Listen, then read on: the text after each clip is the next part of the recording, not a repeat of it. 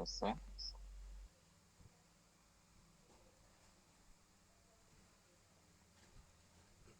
তোমাদের হচ্ছে দুই তিনটা প্রবলেম সলভ করতে দেই, একটু চেষ্টা করো। এক মিনিট, কি যেন আসছে।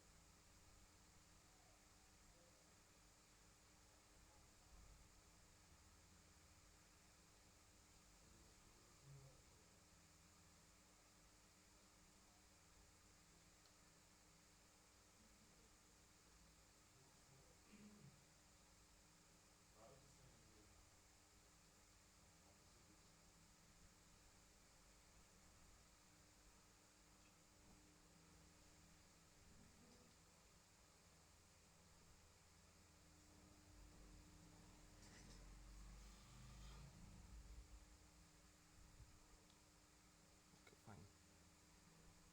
তোমাদের হচ্ছে দুই তিনটা প্রবলেম সলভ করতে দিই, এগুলো করো।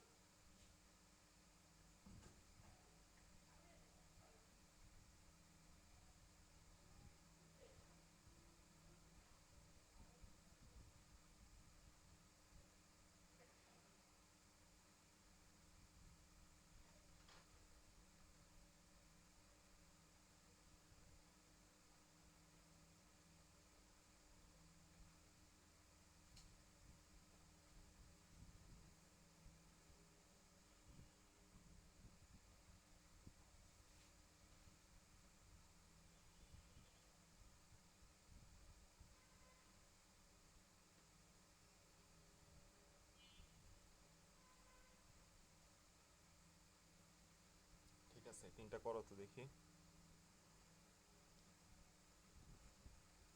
প্রথমটা ফাইন, দ্বিতীয়টাতে হচ্ছে কতগুলো ছোট ছোট পানির ফোঁটা আছে, প্রত্যেকটা পানির ফোঁটার তাপমাত্রা হচ্ছে 25 ডিগ্রি সেলসিয়াস। সো এগুলোকে একত্র করছি, করে একটা বড় ফোঁটায় পরিণত করছি। বড় ফোঁটাটার ব্যাসার্ধ পাওয়া গেছে 1 সেন্টিমিটার। কোশ্চেন হচ্ছে বড় ফোঁটাটার তাপমাত্রা কত হবে। সো যেহেতু অন্য কিছু বলা নেই, আমরা ধরে নিব এখানে আসলে কোনো শক্তির অপচয় হয় না। আর 3 নম্বর কোশ্চেন হচ্ছে, আমরা তো নর্মালি সবসময় বলকে নিচের দিকে পড়তে দেখে অভ্যস্ত। সেখানে হচ্ছে একটা এরকম সারফেস আছে, ইনক্লাইন্ড সারফেস আছে, যেটা ভূমির সাথে যার অ্যাঙ্গেল হচ্ছে 60 ডিগ্রি। সো ওই গোলকটা হচ্ছে, এবং সারফেস হচ্ছে ঘর্ষণহীন, সারফেসে নিজের কোনো ঘর্ষণ নাই। এখন ওই গোলকটা হচ্ছে সারফেস বরাবর নিচের দিকে পড়তেছে। সো এই ক্ষেত্রে সব কিছু দেয়া আছে, কোনো কিছু যদি মিসিং থাকে তাহলে সেটা বলবে আমাকে। এই ক্ষেত্রে বলটার অন্তবেগ কত হবে, দেখি তিনটাই করতে পারো কিনা।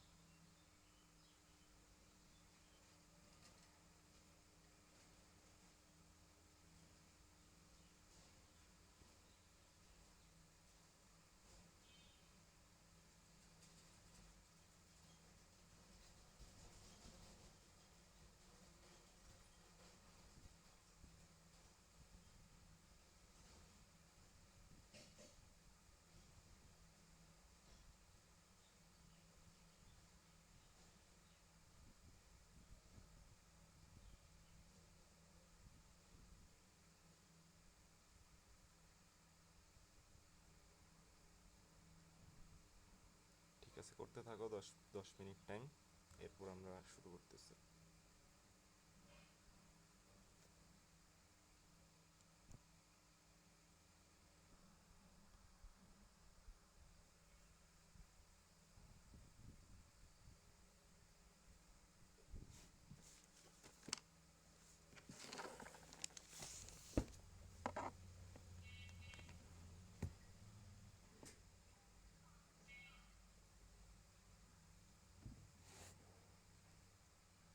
ঠিক আছে, সলভ করি। তো প্রথমটা হচ্ছে, একটি তরলের মধ্যে দিয়ে ভিন্ন পদার্থের দুটি গোলক ছেড়ে দিলে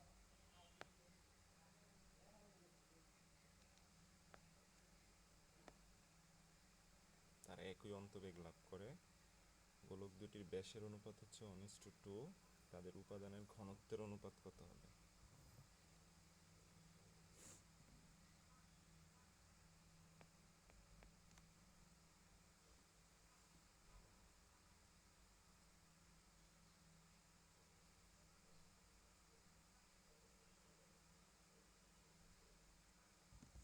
So, আমরা তো জানি যে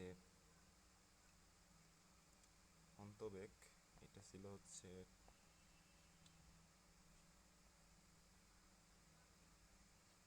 2r² g/9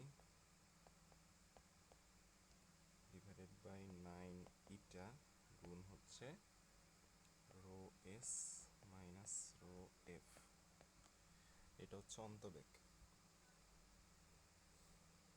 ওকে, এখন যেই দুইজন আছে, যেই দুইটা গোলক, দুইজনের হচ্ছে অন্তবেগ সমান। সো দুইজনের এই ভ্যালুটা ইকুয়াল টু হচ্ছে যে আরেকটার যেই অন্তবেগের আরেকটা যেই রাশিমালা পাবো, সেই দুটো হচ্ছে সমান।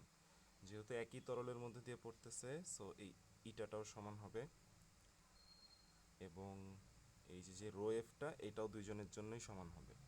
চেঞ্জ হচ্ছে রো এস এবং এই আর, এই দুইটা। তাহলে সুতরাং কি লেখা যায়, 2r1² G rho S 1 minus rho F divided by 9 eta equal to হচ্ছে 2r2² G rho S 2 minus হচ্ছে রো এফ ডিভাইডেড বাই হচ্ছে 9 ইটা। এখান অনেক কিছু কাটাকাটি চলে যায়।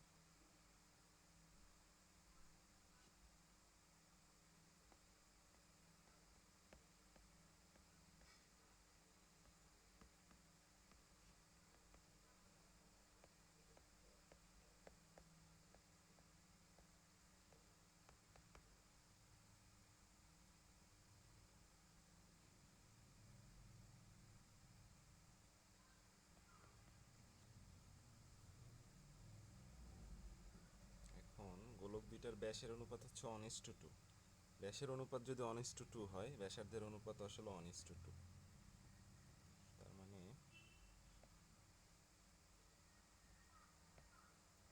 R1:R2 হচ্ছে 1:2।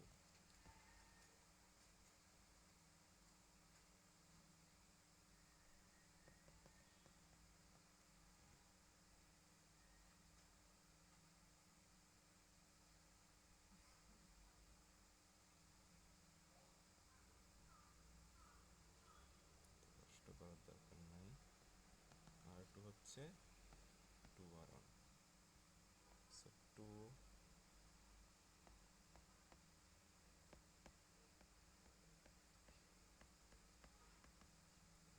R2 হচ্ছে 2R1, so 4R1 square rho S2 minus rho F।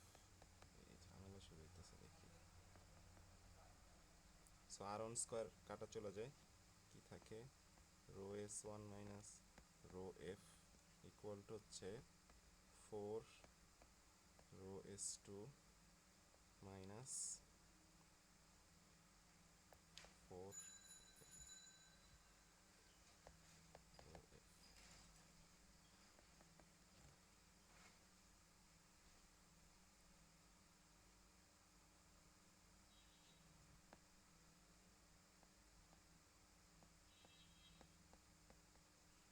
আচ্ছা দেখি রো F এর ভ্যালু কি দেয়া থাকা লাগবে নাকি, দেখা যাক। 4 রো F,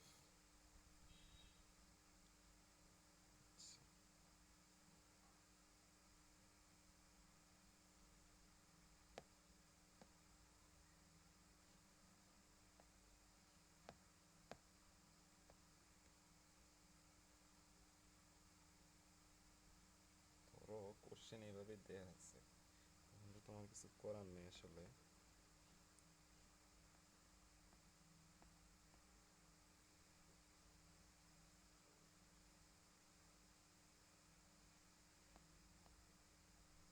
আসলে রো এফ এর ভ্যালুটা দেয়া থাকা লাগবে, তাহলে সুন্দর একটা ভ্যালু আসবে আর কি। যদি দেয়া থাকা না থাকে তখন আর কি এরকম গোজামিল দিয়ে মিলাইতে হবে। 4 মাইনাস 3 ইন্টু এই রো এফ ডিভাইডেড বাই কি কি আসলো, এটা এতে রো এফ এর ভ্যালু লাগবে, নাহলে হবে না, বুঝছো? হ্যাঁ হ্যাঁ হ্যাঁ, দুঃখিত, রো এফ এর ভ্যালু লাগবে। মানে আমি নিজে সলভ করিনি তো, মাথায় যা আসছে ওইটাই দিছি। রো এফ এর ভ্যালু লাগবে আসলে, রো এফ এর ভ্যালু না হলে ভ্যালুগুলা তো সুন্দর আসতেছে না। সো রো এফ এর ভ্যালুটা দিয়ে দিই। রো এফ হচ্ছে ফ্লুইডের ঘনত্ব, ঠিক আছে। ধরো রো এফ হচ্ছে 1000 কেজি পার ঘনমিটার। 1000 দিলে কি হয় দেখি, সুন্দর আসে নাকি value. Rho S one equal to হচ্ছে 4 রো এস টু মাইনাস 3000।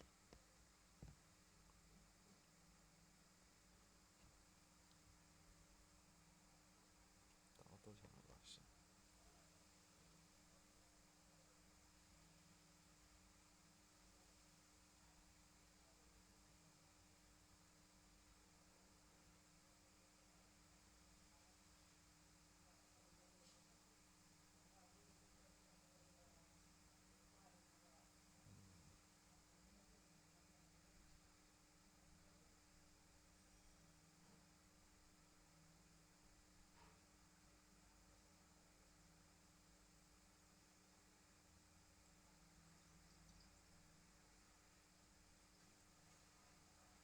আসলে এখান থেকে আসলে অনুপাতটা বেরই করা যাবে না, তুমি জাস্ট তুলনা করতে পারবা। মানে এখানে হ্যাঁ হ্যাঁ হ্যাঁ, বের করা যাবে না, বের করা যাবে না আসলে, কারণ ওই যে শেষে একটু অংশ থেকে যায় তো। তো তুমি অনুপাত বের করতে হলে এখন কি করতে হবে, এখন হচ্ছে এই উভয় পক্ষকে রো এস টু এটা দিয়ে ভাগ করতে হবে। সো এইখানে আবার এই রো এস টুটা চলে আসে। সো আসলে অনুপাতটা বের করা যাবে না এখানে এক্সট্রা এই টার্মটার জন্য। So আমরা এখানে যেটা করতে পারি, কোশ্চেনটা আসলে অনুপাত ডিরেক্টলি না চেয়ে হলে তাদের উপাদানের ঘনত্বের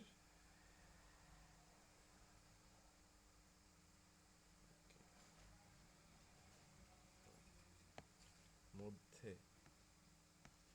সম্পর্ক কি হবে। কোশ্চেনটা আসলে খুবই নিম্নমানের কোশ্চেন হয়ে গেছে, যাই হোক। সো সম্পর্ক হচ্ছে এইটা, বুঝতে পেরেছি, এই হচ্ছে সম্পর্ক। সেভাবে জীবনে সব কিছুর জন্যই তোমার প্রস্তুত থাকতে হবে, এরকম নিম্নমানের কোশ্চেনও কোথাও কোথাও চলে আসবে, ওইগুলো ওরকম তোমার অ্যান্সার করতে হবে। তো যাই হোক,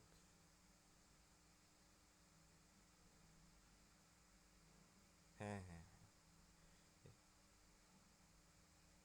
দেখবে তোমাদের যে ম্যাথ সেকেন্ড পেপারের চ্যাপ্টার 4-এ আসলে এই ধরনের কোশ্চেন অনেক আসছে, একটা সাহায্যে আরেকটাকে প্রকাশ করা।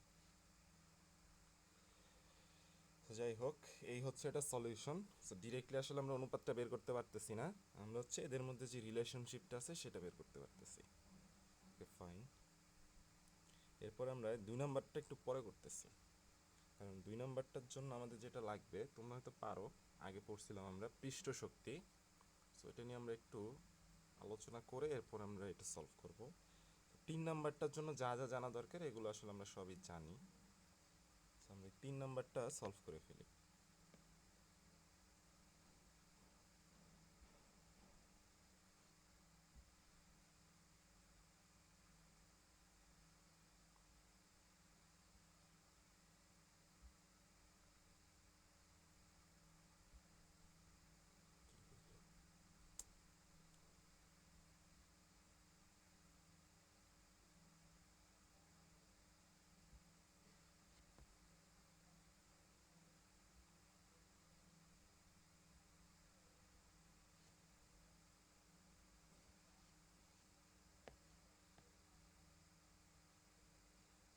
ওকে, সো এতদিন তো আমরা দেখতাম যে শুধু নিচের দিকে পড়তো, সো এখন দেখি আবার এখানে একটা তল দেয়া আছে। So আসলে এখানে নতুন কিছুই নাই, জাস্ট ওই যে যে আমাদের ফোর্সের ডিরেকশনগুলা ওইগুলো একটু চেঞ্জ হবে এই। সো এমনিতে আমরা যখন অন্তবেগের রাশিমালা বের করছি, ধরো এই যে এইখানে যদি একটা জিনিস থাকে, এখানে না কি আমরা হচ্ছে এইখানে আর কি, এটা হচ্ছে 3 নাম্বারটা। তো এমনিতে কোনো একটা বস্তু যখন নিচের দিকে পড়তো, সে নিচের দিকে পড়তেছে, তো বস্তুটার উপরে তার ওজন কাজ করতো সোজাসুজি নিচের দিকে, এবং গতির ডিরেক্টলি অপোজিটে। আমরা তো যে ছোটবেলায় দেখে আসছি না, কয়েকদিন এই যে কয়েক মাস আগে যে পড়ছিলাম ঘর্ষণ, আমরা যেদিকে আমাদের যেই দিকে গতি, ঘর্ষণ কাজ করে ঠিক তার উল্টা। আমরা যদি সামনের দিকে যাই তাহলে ঘর্ষণ কাজ করে পিছনের দিকে, আমরা যদি ওর পিছনের দিকে যাই ঘর্ষণ কাজ করে সামনের দিকে। সো ঘর্ষণটা সবসময় আমাদের গতির উল্টা কাজ করে। সো আমাদের সোজাসুজি যখন আমরা নিচের দিকে পড়তাম, আমাদের গতির দিকটা হচ্ছে নিচের দিকে, সো অবশ্যই আমাদের যেই সান্দ্রবল সেটা কাজ করবে অবশ্যই ডিরেক্টলি উপরের দিকে, সেটা হচ্ছে এফ 6π η/v। এবং প্লবতাটা সবসময় উপরের দিকে কাজ করে, এটা আমরা আসলে নিচের দিকে পড়তেছি না সাইডের দিকে যাচ্ছি না কোন দিকে যাচ্ছে ওইটা তার দেখার বিষয় না, প্লবতাটা সবসময় ভার্টিক্যালি আপওয়ার্ড কাজ করে। সো এটা হচ্ছে ভি রো জি। সো আমাদের এটা কখন অন্তবেগ লাভ করবে, যখন ওই উপরের ডিরেকশনের নিট ফোর্স এবং নিচের ডিরেকশনের যেই নিট ফোর্স এই দুইটা যখন সমান হয়ে যাবে, অর্থাৎ একদম লব্ধি বল যখন শূন্য হয়ে যাবে, তখন হচ্ছে আমাদের অন্তবেগ লাভ করতো। এখন এখানে জাস্ট এই কোশ্চেনের সিনারিওটা জাস্ট একটু উল্টা। এখানে সে হচ্ছে একটা ইনক্লাইন্ড সারফেস বরাবর পড়তেছে। ওকে, তো এইখানে কি করবে, ওজন সবসময় ভার্টিক্যালি নিচের দিকে, ফাইন, ভার্টিক্যালি নিচের দিকে পড়তেছে। সো এই ওজনের পুরোটা কিন্তু তার গতির জন্য কন্ট্রিবিউট করতেছে না, সে তো ইনক্লাইন্ড সারফেস বরাবর পড়তেছে। সো তার ওজনের একটা উপাংশ হচ্ছে এই তাকে সারফেস বরাবর নিচের দিকে টেনে নিয়ে আসতেছে। তো সেই অংশটা কতটুকু, এই যে এই বরাবর যে উপাংশটা আমরা পাবো সেটা, এই উপাংশটা। এখন এই অ্যাঙ্গেলটা হবে হচ্ছে অবশ্যই 30 ডিগ্রি, যেহেতু নিচেরটা 60 ডিগ্রি, এটা 30 ডিগ্রি হবে। সো আমরা এই উপাংশটা বের করতে পারি, উপাংশটা হবে হচ্ছে mg cos 30 ডিগ্রি। ঠিক আছে, ফাইন। যেহেতু সে সারফেস বরাবর নিচে, এই সারফেস বরাবর পড়তেছে, তো অবশ্যই তার যেই সান্দ্র বল যেটা, সেটা হচ্ছে সারফেস বরাবরই গতির অপোজিটে, এই বরাবর গতির ডিরেক্ট অপোজিটে হচ্ছে সান্দ্র বলটা কাজ করে। তো এটা হচ্ছে আমাদের এফ সান্দ্র বল, এবং আমাদের যেই প্লবতা, প্লবতা কাজ করে হচ্ছে অলওয়েজ ভার্টিক্যালি আপওয়ার্ড। সো এই হচ্ছে ভি রো জি। সো ভি রো জির একটা উপাংশ হচ্ছে আমরা এই বরাবর পাবো, ভি রো জি কস 30 ডিগ্রি, অ্যাঙ্গেলটাও 30 ডিগ্রি, বিপরীত কোণ। সো ভি রো জি কস 30 ডিগ্রিটা হচ্ছে এই সারফেস বরাবর উপরের দিকে কাজ করবে, এটা হচ্ছে ভি রো জি কস 30 ডিগ্রি। ঠিক আছে, এটার সাথে কি তোমাদের সলিউশন কি ম্যাচ করছে?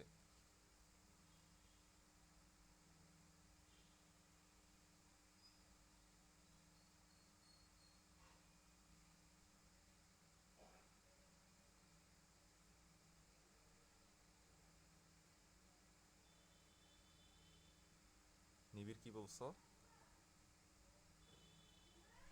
আচ্ছা, কেউ কে যেরকম ভাবে ইয়ে করে করছো, ঝামেলা করে করছো।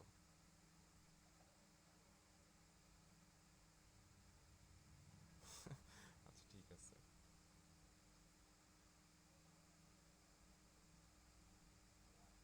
আচ্ছা, ঠিক আছে, ফাইন।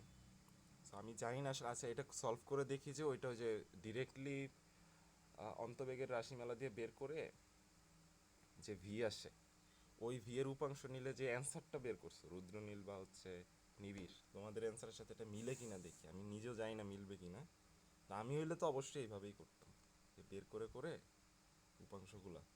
এরপর হচ্ছে আমাদের এই যে mg cos 30 ডিগ্রি, এই যে এইটা ইকুয়াল টু হচ্ছে F plus V, V rho G cos 30 degree. So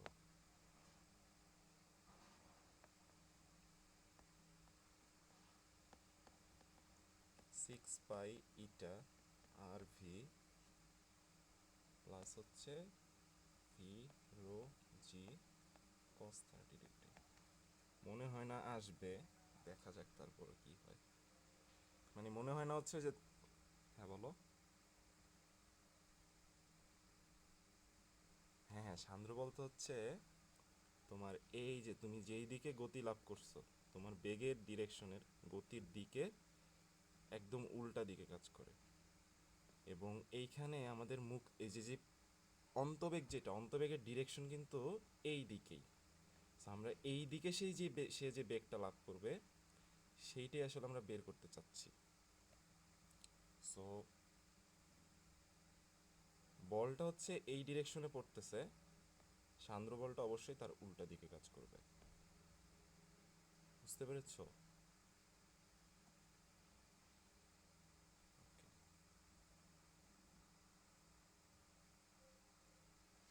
so এরপরে হচ্ছে কিছু ডেটা দেয়া আছে, mg cos 30 degree equal to হচ্ছে, এটা সব কিছু দেয়া আছে, এটা নিয়ে ঝামেলা না করি, প্লাস হচ্ছে ভি রো জি, সো 4/3 পাই আর কিউব, কি লাগবে রো, হচ্ছে 7,800 আর হচ্ছে 5 সেন্টিমিটার।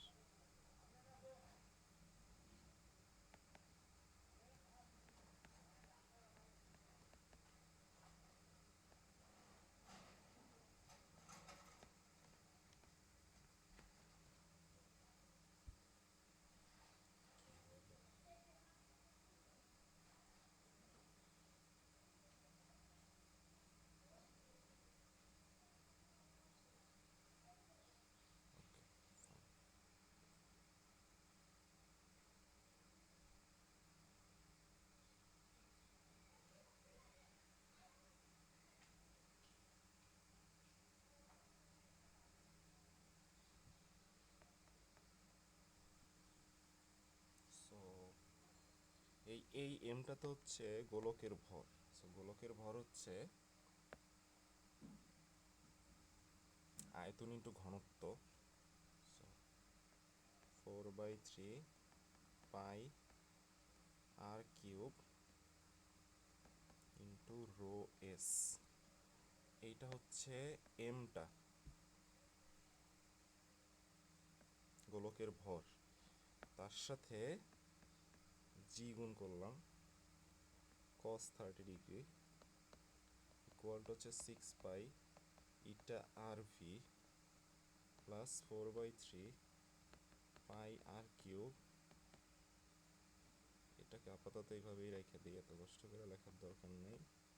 জি cos 30 ডিগ্রি। তাহলে সুতরাং ভি, এই যে অন্তবেগ ভি, এই যে এটা অন্তবেগ ভি কি আসবে,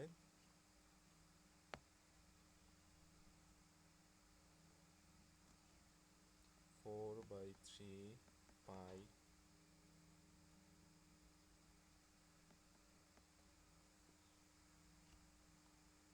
দুইটা কি সমান? হুম,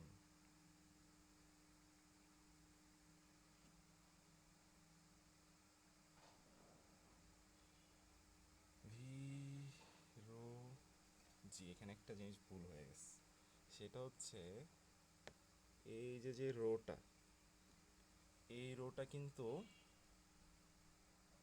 এই সলিড, হ্যাঁ হ্যাঁ হ্যাঁ, এটা সলিডের ঘনত্ব না, এটা হচ্ছে রো এফ হবে।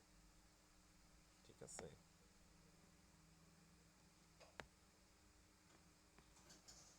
সে কত আয়তনের পানি বা তরল অপসারণ করছে সেই তরলের ওজন। ওকে,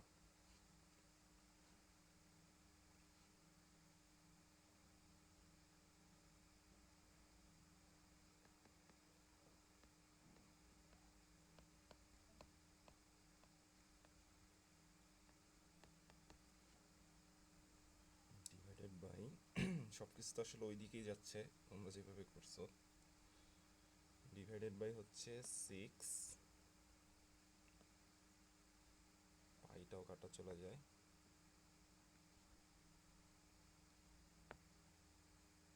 6 ইটা। আলটিমেটলি আসলে দেখো ওইটাই আসতেছে।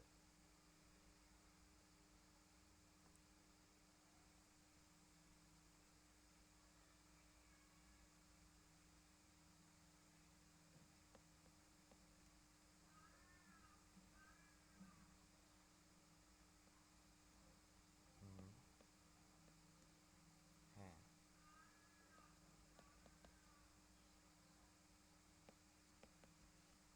এটা গুণ হচ্ছে cos 30 degree.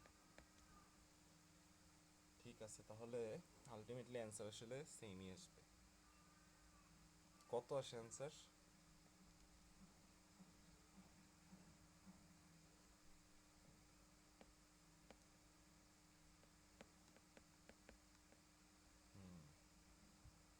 Metre per second, 32 kilometre per second আর কি। এটা আসলে অনেক বেশি। ঠিক আছে,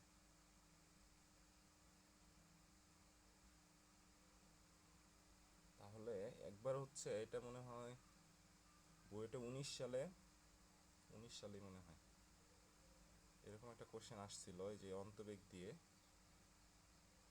তো বেশ ঝামেলার একটা ম্যাথ, আমার আসলে কোশ্চেনটা পুরোপুরি মনে নাই। সো এটা কি 19 সালে আসছে বুয়েটে?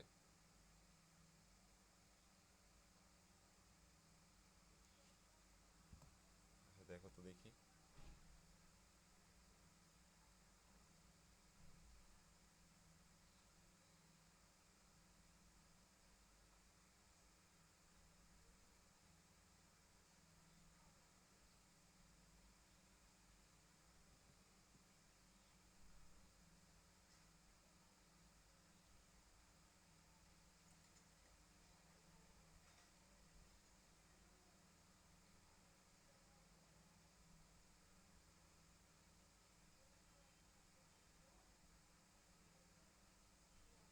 কোশ্চেনটা বলো, কোশ্চেনটা সলিউশন দেখবো না। কোশ্চেনটা তুমি আমাকে একটা ছবি তুলে হোয়াটসঅ্যাপে পাঠাও। হ্যাঁ মানে আমাদের আগের বছরের তাহলে। সেকেন্ড কোশ্চেনটা ছিল হচ্ছে ওই তো পানির ফোঁটা একত্র করছে, এটা তো আশা করি সবাই পারছো না। এটা পারো না এমন কেউ আসো? সমস্যা নাই না পারলে।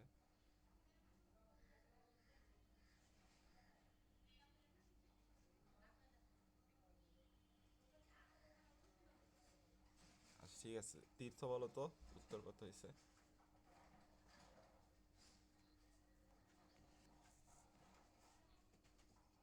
হ্যাঁ হ্যাঁ, এত কম নাকি? ডেলটির মান আচ্ছা, ডেলটি হচ্ছে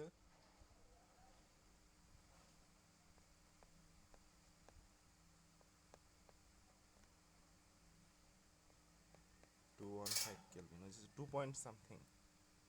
আচ্ছা ঠিক আছে, আদি করো নাই, ঠিক আছে ফাইন।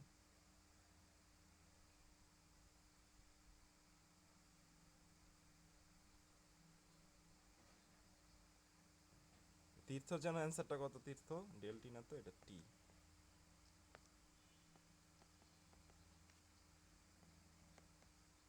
হ্যাঁ তাহলে তো অ্যান্সার অন্যরকম, 10 ইনভার্স 6। সো দুইজনের অ্যান্সার আসলে এক না, এটা আর এটা সেম না। মানে এটাকে যদি তুমি 298 এর সাথে যোগ করো এটা পাবা না আসলে। ঠিক আছে দেখি কি অবস্থা। সো আমাদের ফার্স্ট অফ অল এটা হচ্ছে পৃষ্ঠ শক্তি থেকে করা। পৃষ্ঠ শক্তি যে কনসেপ্ট আছে, আমরা যদি কোনো একটি তরলের মুক্ত তল, মুক্ত পৃষ্ঠ, সেটাকে যদি এক্সপ্যান্ড করতে চাই, একটা তরলের মুক্ত পৃষ্ঠ, পৃষ্ঠটানের দরুন তারা হচ্ছে সর্বনিম্ন ক্ষেত্রফল বজায় রাখতে চায়। সর্বনিম্ন ক্ষেত্রফল কিভাবে বজায় রাখবে? কিভাবে থাকলে তারা সর্বনিম্ন ক্ষেত্রফল বজায় রাখবে?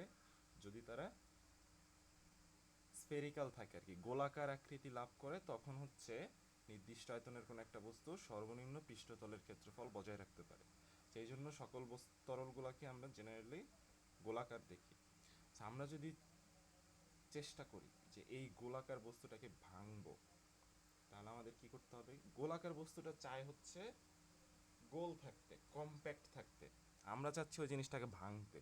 তাহলে কোনো একটা গোলাকার বস্তুকে আমরা যদি ভেঙে ছোট ছোট টুকরায় পরিণত করতে চাই, আমাদের হচ্ছে ওই গোলাকার বস্তুটার এগেইনস্টে কাজ করতে হবে। গোলাকার বস্তুটা তো চাচ্ছে কম্প্যাক্ট থাকতে, আমরা চাচ্ছি ওটাকে ভাঙতে, তাহলে আমাদের অবশ্যই কাজ করতে হবে। আর এটার উল্টাটা যদি হয়, যে কতগুলো ছোট ছোট গোলাকার বস্তু এগুলো যদি একত্র হয়, তখন দেখা যাবে যে ওইখানে কিছুটা এনার্জি সৃষ্টি হয়। মানে এনার্জি সৃষ্টি তো হয় না, দেখা যায় এক্সট্রা কিছু পরিমাণ এনার্জি ওইখানে আসে। সো ওইটাই হচ্ছে ওই তরলের টেম্পারেচার বাড়ানোর জন্য ব্যয় হয়। সো পুরো জিনিসটাকে যদি একটু সামারাইজ করি,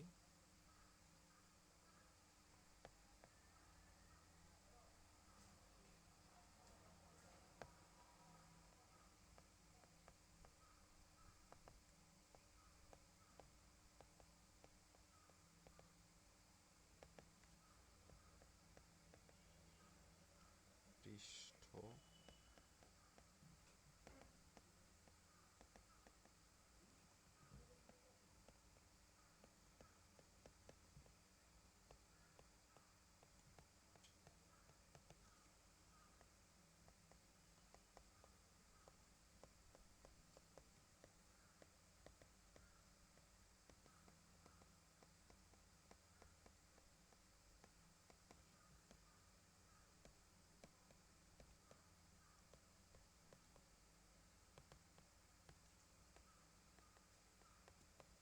কাজ করতে হয়।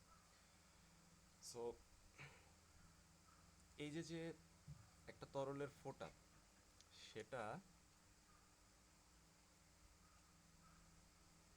কম্প্যাক্ট থাকতেছে এবং তরলের পৃষ্ঠের যেই কণাগুলা,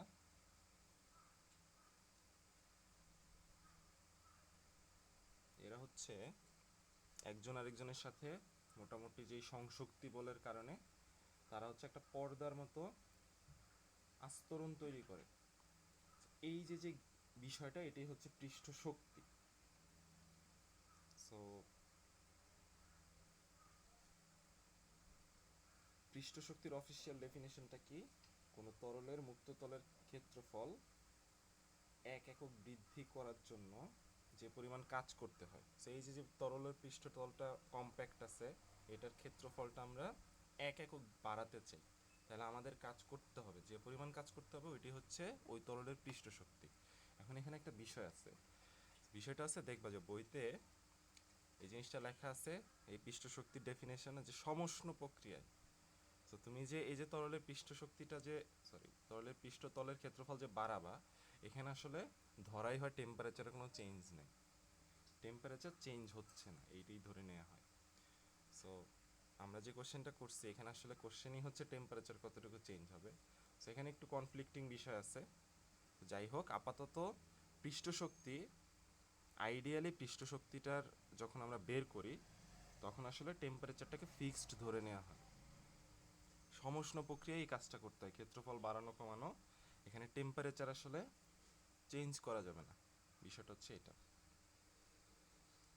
ঠিক আছে,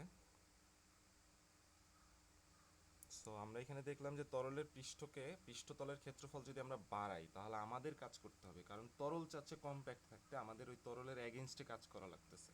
আর এটার বিপরীতটা যদি হয়,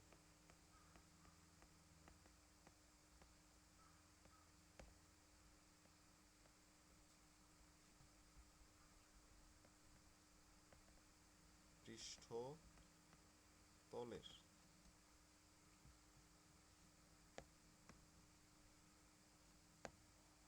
বিপরীতভাবে কতগুলো ছোট ফোঁটা একত্র হয়ে, এই যে এই কনসেপ্টটা থেকে কিন্তু কোশ্চেন আসে, বোর্ড এক্সামের চাইতে অ্যাডমিশনে বেশি আসে। বোর্ড এক্সামে জেনারেলি হচ্ছে তোমার ওই কৈশিকতা থেকে, অন্তবেগ থেকে কোশ্চেন আসবে, সারফেস টেনশন থেকে। আর অ্যাডমিশনের জন্য ইম্পর্টেন্ট হচ্ছে এই যে, সবই তো ইম্পর্টেন্ট, কিন্তু দেখা যায় যে এই যেরকম পৃষ্ঠ শক্তি, তারপরে ওই অন্তবেগ, এইগুলো আসলে, এই সব কনসেপ্টগুলো আসলে অ্যাডমিশনের জন্য বেশি ইম্পর্টেন্ট, যেখান থেকে আসলে মানে পেঁচায় টেঁচায় কোশ্চেন করা যায়। ছোট ছোট ফোঁটা একত্র হয়ে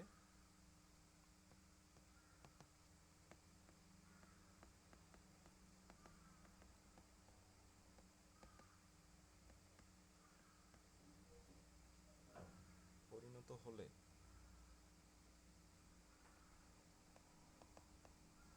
তরলের পৃষ্ঠতলের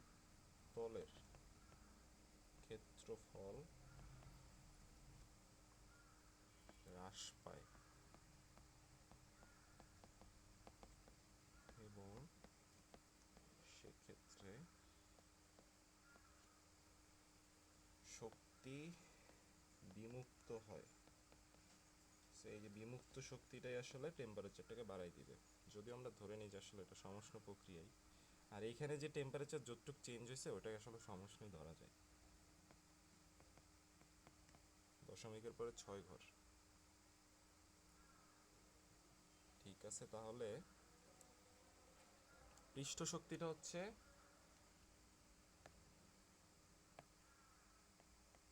খুবই ইম্পর্টেন্ট ডেফিনিশন, পৃষ্ঠ শক্তি সমষ্ণ প্রক্রিয়ায়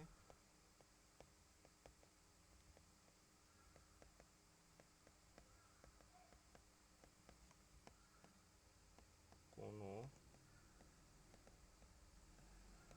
তরলের মুক্ত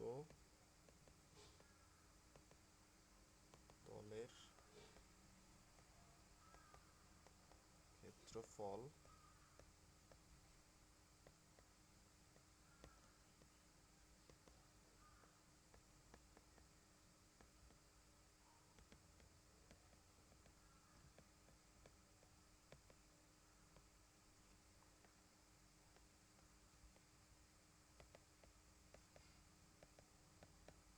কাজ করতে হয়।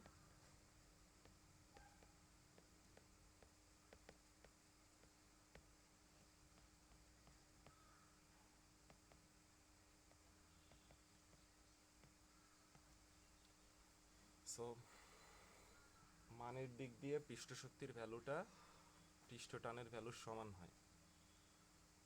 আমাদের ই যদি হয়, ই হচ্ছে এই যে যতটুকু কাজ করতে হয় ক্ষেত্রফল একক পরিমাণ বৃদ্ধি করতে, সো তাহলে ক্ষেত্রফল যতটুকু বৃদ্ধি করতেছি ডেল এ, উপরে হচ্ছে কাজ ডাব্লিউ, ডাব্লিউ বাই ডেল এ বা ডাব্লিউ বাই এ যাই হোক, সেটাই হচ্ছে পৃষ্ঠ শক্তি। পৃষ্ঠটান ছিল হচ্ছে T equal to F by L. তরলের মুক্ত পৃষ্ঠে একটি রেখা কল্পনা করলে ওই রেখার প্রতি একক দৈর্ঘ্যে রেখার উভয় পাশে রেখাটি যে বল অনুভব করে সেটাই হচ্ছে পৃষ্ঠ টান, পৃষ্ঠ টান, পৃষ্ঠ শক্তি। সো এই দুইটার আসলে ভ্যালুটা সমান। পানির পৃষ্ঠটান যদি হয় 72 ইন্টু 10⁻³ নিউটন পার মিটার, তাহলে পানির পৃষ্ঠ শক্তি আসলে 72 into 10⁻³ joule per metre square. So ভ্যালুটা সমান, কিন্তু দুইটা জিনিস আসলে আলাদা, দুইটা জিনিসকে ডিফাইন করা হয় আলাদাভাবে। ওকে, তাহলে এখন যদি আমরা ওই ম্যাথটা সলভ করি, আমাদের হচ্ছে ম্যাথটা সলভ করার জন্য কি লাগবে, আমরা বের করতে চাই আমরা আসলে এই যে এনার্জিটা বা এই যে কাজটা সেটা কত, অর্থাৎ ওই ছোট ছোট ফোঁটাগুলো যে একত্রে বড় ফোঁটায় পরিণত হলো ওইখানে কি পরিমাণ এনার্জি বিমুক্ত হলো সেটা আমরা বের করতে চাই। সেটার ভ্যালু হচ্ছে এই যে ই ইন্টু ডেল এ।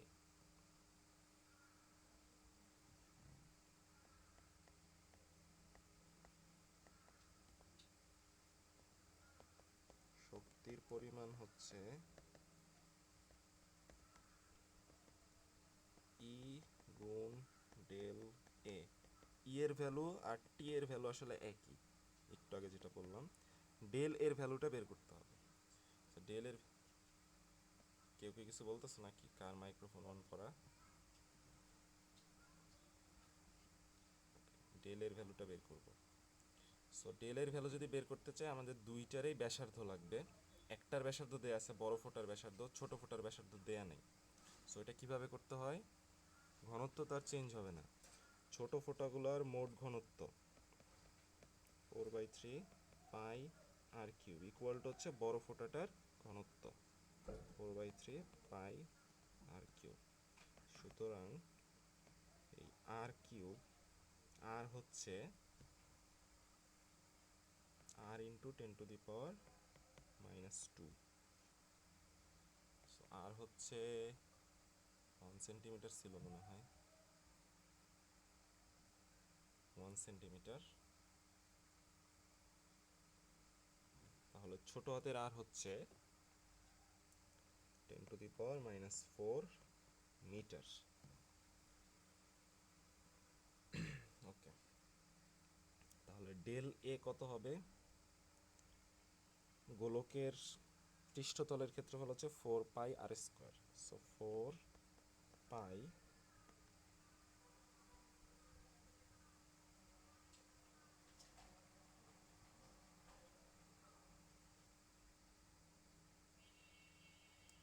×6। অবশ্যই যখন ছোট ছোট ফোঁটাগুলোকে একত্র করে বড় ফোঁটায় পরিণত করা হয় তখন মুক্ততলের ক্ষেত্রফল হ্রাস পায়। সো এই ছোট ছোট ফোঁটাগুলোর মোট মুক্ততলের ক্ষেত্রফল হচ্ছে বড় হবে 10⁶ ইন্টু, জায়গা তো কম হয়ে গেল,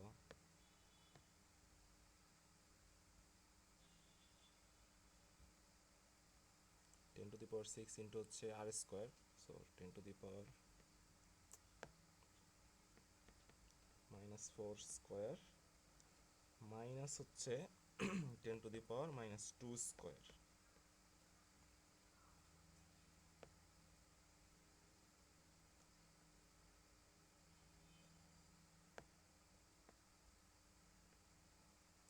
আশা করি বুঝতে পেরেছো। এই জিনিসটা বুঝো না এমন কেউ কি আসো? লাগবে কিন্তু পরীক্ষা এগুলা।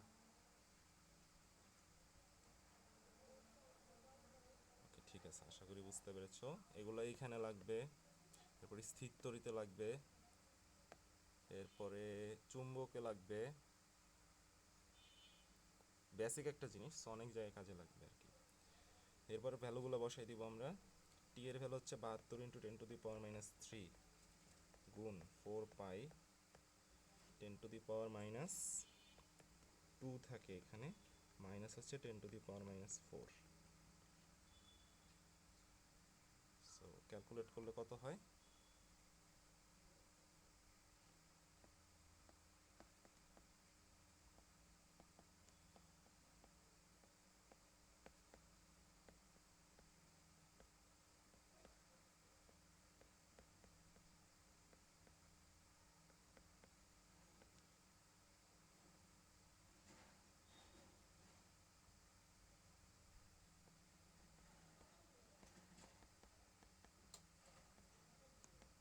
জুল।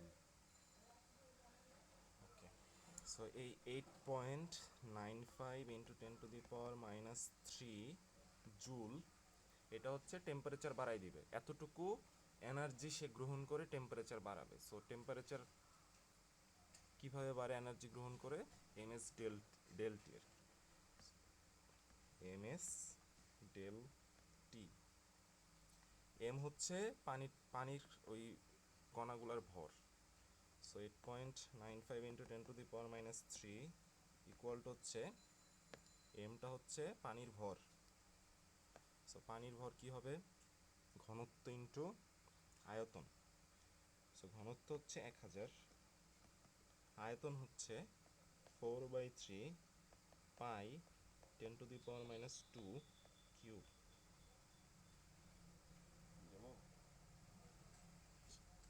এটা হচ্ছে পানির কণাটার ভর। এরপর হচ্ছে আপেক্ষিক তাপ 4200 এবং ডেলটির ভ্যালুটা আমরা বের করতে চাচ্ছি। তাহলে এখানে কি থাকে? তাহলে এটা হবে হচ্ছে ডেলটি ইকুয়াল টু 8.95, এটা কাটা চলে যায়, ডিভাইডেড বাই 4π ইন্টু 4200, উপরে চলে যাবে 3। কত আসে অ্যান্সার?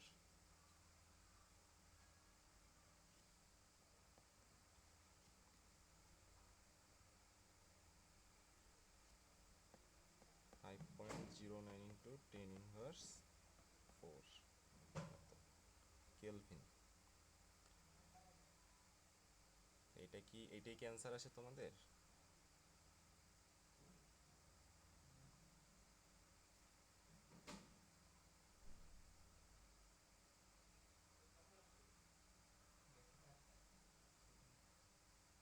এটা তো তাপগতিবিদ্যার কিছু না, এটা তো বাচ্চাদের জিনিস, ক্লাস 6 ক্লাস 9 এর আর কি।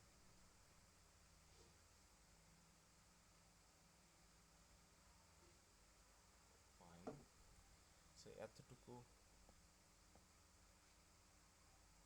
হ্যাঁ, তীর্থ যে আমাকে হোমওয়ার্ক করে পাঠাও, ওইখানে আমি যে জিনিসটা লক্ষ্য করি, তীর্থর হচ্ছে ক্যালকুলেশনও ভুল হয় ভিতরে। মানে তুমি ধরো ক্যালকুলেট করতেছো নিজে, মনে মনে হয়তো চিন্তা করতেছো ঠিকই, কিন্তু খাতায় যখন লিখতেছো এটা ভুল হয়ে যায়। সো এইটা একটু চেষ্টা করবা প্র্যাকটিস করে।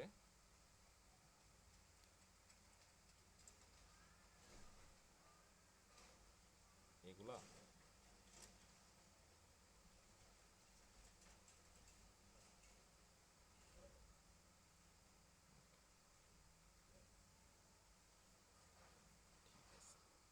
আশা করি পৃষ্ঠ শক্তিটা একদম ভালো মতো বুঝে ফেলছি। এখন তোমরা পৃষ্ঠ শক্তি দিয়ে আরেকটা ম্যাথ করো, তাহলে এই টপিকটা শেষ। এটা খুব কমন একটা ম্যাথ।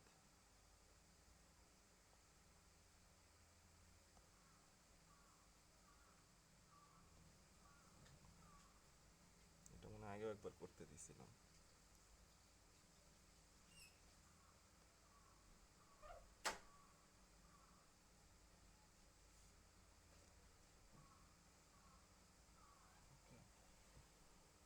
সো এইখানে এখানে হচ্ছে আমাদের সাবানের ফেনা আছে এখানে।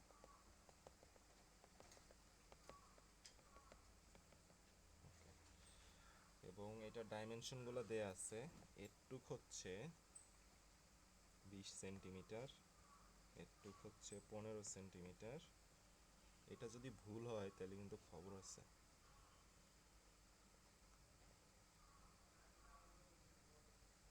ওকে, আমরা যেটা করছি, আমরা হচ্ছে এই যে জিনিসটা, এটা হচ্ছে একটা ধরো গুনার মতো, এটা হচ্ছে মুভ করা যায়। এখানে দেখতেছো আংটার মতো আছে, এটা ফিক্সড না।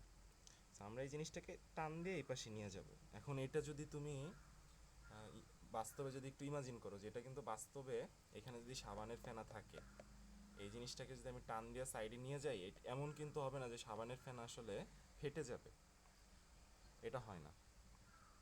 যেটা হয় যে এই সাবানের ফেনার যেই পৃষ্ঠতল সেটাও কিন্তু প্রসারিত হয়, সেইখানেও প্রসারিত হবে। সো প্রসারিত করতে হলে অবশ্যই কি করতে হয়, তোমার কাজ করতে হবে।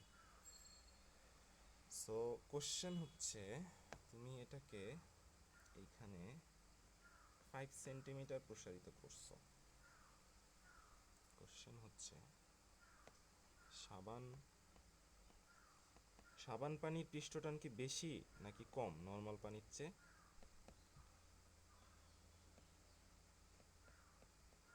এটা তো শিওর ভাবে বলতে হবে।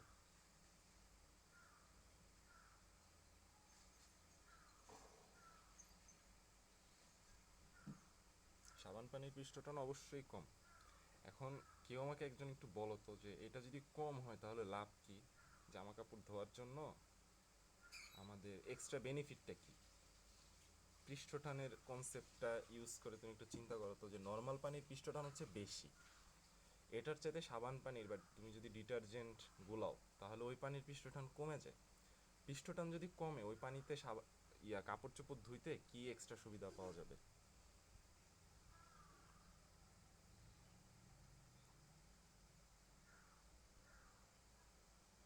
হ্যাঁ ঠিক আছে, তুমি চিন্তা করো যে কাপড়ের যেই ফেব্রিকগুলো, এগুলো তো এরকম না যে যদি একদম আনুবীক্ষণিকভাবে যদি চিন্তা করো মলিকিউলার লেভেল, কাপড়ের ফেব্রিকগুলো হচ্ছে এরকম। এখন নর্মাল পানি যেটা, পানির এই তরল তো চাই হচ্ছে সেই রকম থাকতে, গোলাকার থাকতে। নর্মাল পানি যেটা, সে আসলে তুমি যদি এই নর্মাল পানিকে কি করতে হবে, এই ফেব্রিকের ভিতরে ভিতরে ঢুকাইতে হলে তোমার ভাঙতে হবে না? তুমি মলিকুলার লেভেলে যদি চিন্তা করো, তোমার বড় বড় পানির ফোঁটা আছে বা খণ্ড আছে, ওইগুলোকে ভেঙে এরকম এই যে এই ফেব্রিকগুলোর মধ্যে ঢুকাইতে হবে। সো পৃষ্ঠটানের ভ্যালু যদি বেশি হয় তাহলে ভাঙতে তোমার বেশি পরিমাণ এনার্জি লাগবে। সাবান পানির পৃষ্ঠটান যেহেতু কম, সো সাবান পানি আসলে ইজিলি এই কাপড়ের ফেব্রিকগুলোর মধ্যে ঢুকে যেতে পারে। সো এই জন্য সাবান পানি দিয়ে হচ্ছে তুমি বেটার ময়লাটা ভিতর থেকে বের করে নিয়ে আসতে পারবা, পরিষ্কার করে ফেলতে পারবা। ঠিক আছে, আরেকটা জিনিস, সেটা হচ্ছে, তোমরা তো জাইলেম ফ্লোয়েমের নাম শুনছো না? পড়ছো তো? 9-10-এ ছিল না? জাইলেম ফ্লোয়েমের কাজ কি বলো তো?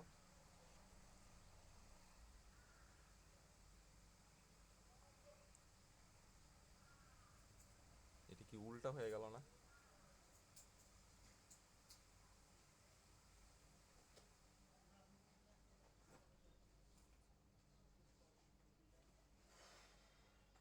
হ্যাঁ, সো জাইলেম হচ্ছে পানিটার কি, ঠিক আছে, জাইলেম হচ্ছে পানিটা মূলের সাহায্যে ভূগর্ভস্থ যে পানি ওইটা পাতায় নিয়ে যায়, তাই তো? হ্যাঁ, হ্যাঁ এইটাই আসলে। সো আমাদের যে যে ক্যাপিলারি টিউব আমরা পড়ছি না, ক্যাপিলারিটি যেটা, কৈশিকতার ক্ষেত্রে আমরা কি দেখছি, যে আমাদের যদি কৈশিক নলের ব্যাসার্ধ যদি কম হয় তাহলে পানিটা হচ্ছে বেশি উচ্চতায় উঠতে পারে। সো মরুভূমির গাছগুলার কিন্তু জাইলেম ফাইবার, সেটা কিন্তু অনেক চিকন থাকে। চিকন থাকলে লাভ কি, ওই পানিটা আসলে বেটার ইজিলি উপরে উঠে যেতে পারে। বুঝতে পারছি আমি কি বলছি?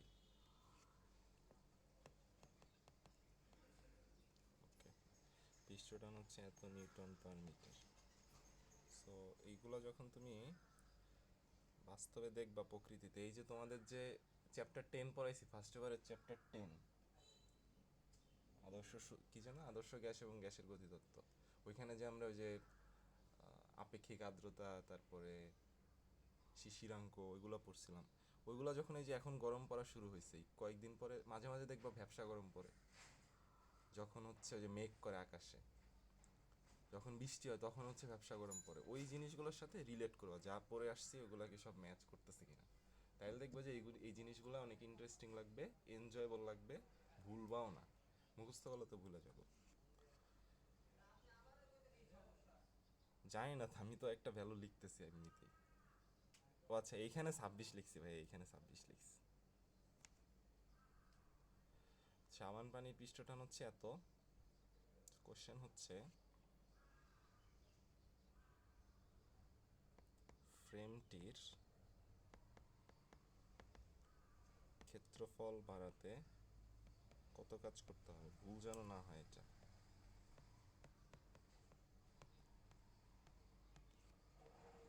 ঠিক আছে, গুড।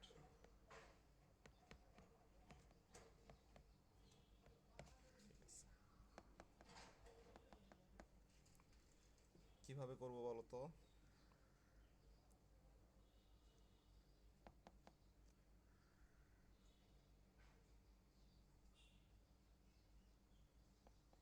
ঠিক আছে, যেহেতু আমাদের পৃষ্ঠ হচ্ছে দুইটা, তাই তো? ওকে, সো ডাব্লু হচ্ছে ই ইন্টু 2 del A। আমরা তো নর্মালি দেখে আসছি যে ই ইকুয়াল টু হচ্ছে W/del A। তাহলে ডাব্লু ইকুয়াল টু তো আসলে ই ইন্টু ডেল এ হওয়া উচিত। তাহলে এখানে কেন ই ইন্টু 2 del A? বলো তো রুদ্রনীল, কেন?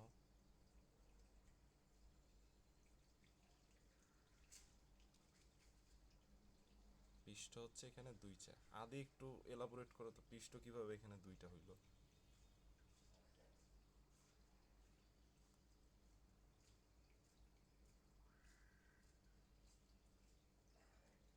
আদি কি নাই নাকি?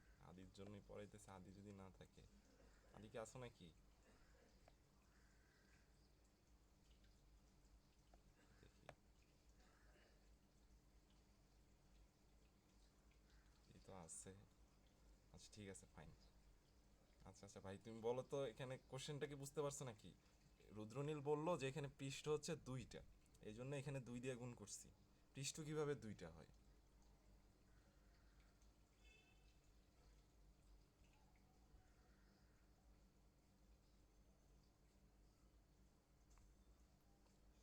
ঠিক আছে, আমি বলে দিচ্ছি। আমাদের এখানে তো সাবানের সাবানের ইয়ে আছে, বুদবুদ আছে। বুদবুদ না, আসলে সাবানের ফেনা আছে। সো সাবানের ফেনার এই যে এইখানে উপরে একটা পৃষ্ঠ আছে, আবার তুমি চিন্তা করো ভিতরে কিন্তু আরেকটা পৃষ্ঠ আছে। মানে এইটা তো হচ্ছে জাস্ট একটা সরু তার দিয়ে একটা ফ্রেম বানানো হয়েছে। সেই ফ্রেমের তুমি যে এই পাশ থেকে যখন দেখবা এখানে একটা পৃষ্ঠ থাকবে, মুক্ত পৃষ্ঠ। আবার উল্টা সাইড থেকেও কিন্তু আরেকটা মুক্ত পৃষ্ঠ পাওয়া যাবে। সো তোমার আসলে চিন্তা করতে হবে যে এরকম পৃষ্ঠ কয়টা, তুমি কয়টা পৃষ্ঠের ক্ষেত্রফল বাড়াচ্ছ কমাচ্ছ, কয়টা পৃষ্ঠের উপরে তুমি এই যে কাজটা করতেছো। সেইখানে যেহেতু আমাদের দুইটা পৃষ্ঠ আছে, সেই জন্য আমাদের এখানে 2 দিয়ে গুণ করা লাগবে। So আমাদের কাজের পরিমাণটা ডাবল হয়ে যাবে। তো তুমি একটা পানির ফোঁটার ক্ষেত্রফল বাড়াতে তোমার যে পরিমাণ কাজ করতে হবে, দেখা যাবে যে তুমি যদি একটা বুদবুদ, বুদবুদের তো দুইটা পৃষ্ঠ থাকে, একটা বাইরের পৃষ্ঠ, একটা ভিতরের পৃষ্ঠ। তো একটা বুদবুদকে যখন তুমি হচ্ছে প্রসারিত করতে যাবা, তোমার কিন্তু সমপরিমাণ ক্ষেত্রফল যদি তুমি বাড়াও, সমপরিমাণ ক্ষেত্রফল বলা যাবে না, দুঃখিত, মানে তুমি যখন একটা বুদবুদকে প্রসারিত করবা তখন কিন্তু তোমার চিন্তা করতে হবে তুমি দুইটা পৃষ্ঠকে প্রসারিত করতেছো, জাস্ট এটুক মাথায় থাকলেই হবে। মুক্ত পৃষ্ঠ, কয়টা মুক্ত পৃষ্ঠকে প্রসারিত করতেছি, সংকুচিত করতেছি, এইটা একটু মাথায় রাখতে হবে। যদি এটা পানির ফোঁটা হয় তাহলে হচ্ছে এখানে অবশ্যই একটা মুক্ত পৃষ্ঠ আছে। যদি এটা একটা বুদবুদ হয় তাহলে অবশ্যই এখানে দুইটা পৃষ্ঠ আছে, মুক্ত পৃষ্ঠ, একটা বাইরের পৃষ্ঠ, একটা হচ্ছে আবার ভিতরের পৃষ্ঠ। সেই জিনিসটা একটু মাথায় রাখতে হবে পৃষ্ঠ শক্তি রিলেটেড ম্যাথগুলো করার সময়।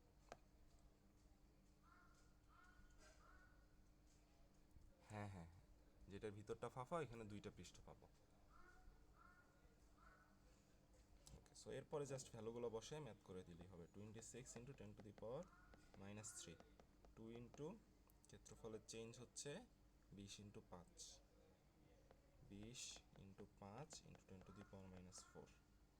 রেজাল্ট যেটা হবে এইটাই, 5.2 ইন্টু 10⁻, কত আসছে, -6 মনে হয়।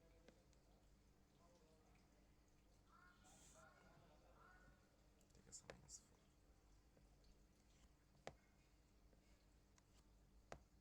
সেই হচ্ছে পৃষ্ঠ শক্তি। এরপর হচ্ছে ক্যাপিলারিটি, যেটা কৈশিকতা এবং স্পর্শকণ। কেউ একটু এক্সপ্লেন করো তো, যে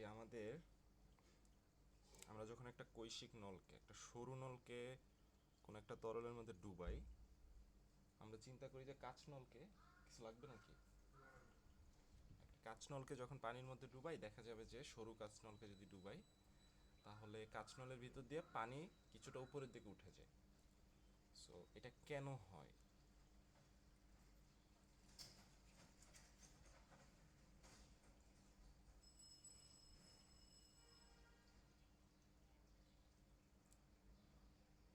আচ্ছা, পৃষ্ঠ টানের কারণে হয়, ঠিক আছে।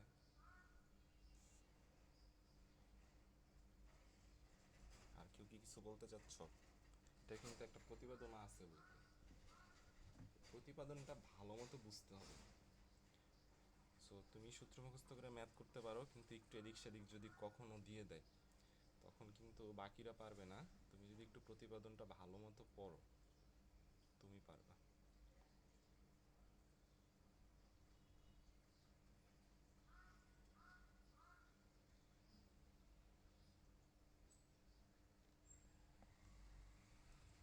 ঊর্ধ্বমুখে একটা টান অনুভব করে।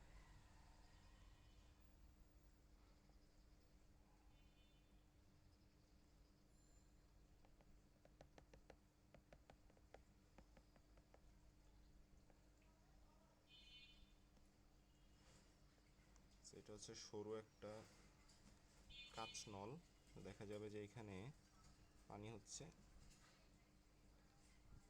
যেরকম উঠে গেছে উপরে। আমরা আসলে ধরে নিই এই অংশটুকু উচ্চতা বলতে এইটা ধরা হয়। দেখবা তোমাদের যে কেমিস্ট্রি ল্যাবে যখন আমরা কাজ এক্সপেরিমেন্ট করি, তোমরা করছো কি না, তখন টিচার বলে দেয় যে এই তোমাদের এই বুরেটের যে পার্ট, টাইট্রেশনের সময় আমরা তো বুরেটের পার্ট নিতে হতো, তখন হচ্ছে এই নিম্ন তলটাকেই ধরে নিতে হয়। মানে এইচ হচ্ছে এইটা, এই যে এইখানে যে পার্টটা আমরা পাবো এটাই হচ্ছে অ্যাকচুয়াল ভ্যালু, এইটা না। ঠিক আছে, যাই হোক, এটা আমাদের বিবেচ্য বিষয় না এখন। বিষয় হচ্ছে কেন এটা এরকম উপরের দিকে উঠে যায়। এর কারণ হচ্ছে আসলে অনেকগুলা। স্টেপ বাই স্টেপ যদি আমরা চিন্তা করি, ফার্স্ট অফ অল পৃষ্ঠ টান, এরপরে নেক্সট স্টেপে হচ্ছে স্পর্শকোণ, এরপর হচ্ছে আর কি ক্যাপিলারিটিটা। সো পৃষ্ঠটানের দরুন হচ্ছে এই স্পর্শকোণটা তৈরি হয়, যেখানে একটা তরল একটা কঠিনকে স্পর্শ করে, দেখা যায় যে এটা আসলে এরকম স্ট্রেট লাইনে স্পর্শ না করে এখানে একটা তল তৈরি হয়। সো এটা এরকম অবতল তলও তৈরি হতে পারে, উত্তল তলও তৈরি হতে পারে, ডিপেন্ড করে এই পদার্থটা, কঠিন পদার্থটা এবং এই তরল পদার্থের ধর্মের উপরে। এখানে পানি এবং কাঁচনল যদি থাকে তাহলে এরকম অবতল তল তৈরি হয়। যদি পানি, দুঃখিত, কাঁচনল এবং এখানে যদি পারদ থাকতো, তাহলে তুমি এখানে এরকম অবতল তল দেখতা। সো যেটা হয়, এই যেইখানে তলটা ইয়াকে, এই তরলটা হচ্ছে কঠিনকে স্পর্শ করছে, ওই জায়গাটাতে এই বরাবর তরলটা হচ্ছে ওই দেয়ালকে টান দেয়। এই যে যে দেয়ালটা আছে এখানে, এই বরাবর হচ্ছে সেই দেয়ালটাকে নিচের দিকে টান দেয় পৃষ্ঠ টানের দরুন। সো এটা তো হচ্ছে এরকম বৃত্তাকার একটা জিনিস, সো এই যে এরকম বৃত্তাকার একটা নল, চারপাশে তরল আছে। সো পুরো বৃত্তটার ক্ষেত্রফল, এই যে এখানে যে বৃত্তটা সৃষ্টি হবে তরলের, পুরো বৃত্তের পরিধি সেটা হচ্ছে 2πr। সো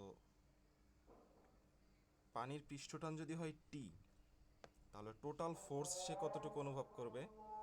আমরা জানি টি ইকুয়াল টু হচ্ছে F/L।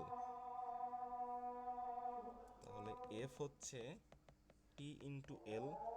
এই এলটা কি? এলটা হচ্ছে কতটুকু অংশ জুড়ে এই পৃষ্ঠটানটা কাজ করতেছে, কতটুকু দৈর্ঘ্য জুড়ে। এইখানের জন্য দৈর্ঘ্যটা হচ্ছে 2πr। এই যে যেই নলটা আছে, নলের যে পরিধি, এতটুকু অংশ জুড়ে হচ্ছে তরলটাই নিচের দিকে টানতেছে, নিচের দিকে না আর কি, যেরকম অ্যাঙ্গেল করে টানতেছে। তো এটা হচ্ছে টি ইন্টু 2πr। ঠিক সুন্দরভাবে লিখলে 2πr/t। তো তার মানে 2πr/t পরিমাণ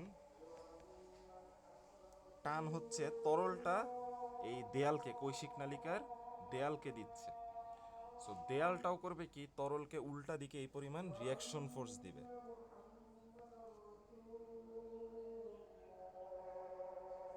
সমপরিমাণ রিয়াকশন ফোর্স দিবে এই 2πr/t পরিমাণ।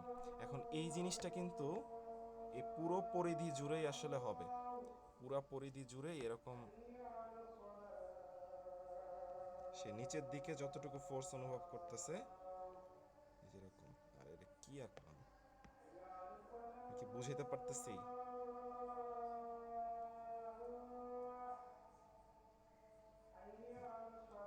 পুরো পরিধি জুড়েই হচ্ছে যেরকম ইয়া দিয়ে তরলের এই যে এই বক্রতল এই বরাবর 2πr/t পরিমাণ ফোর্স সে ভিতরের দিকে দিবে তরলটা কৈশিক নালিকার দেয়ালকে।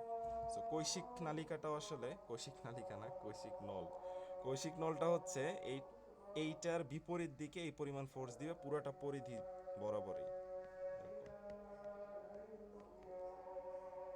সো এইটার দুইটা উপাংশ পাবো, একটা হচ্ছে এই বরাবর, যে এই অ্যাঙ্গেলটাই হচ্ছে স্পর্শকোণ থিটা, তাহলে এইটাও হচ্ছে থিটা, তাহলে এটা হচ্ছে 2πr/t সাইন থিটা।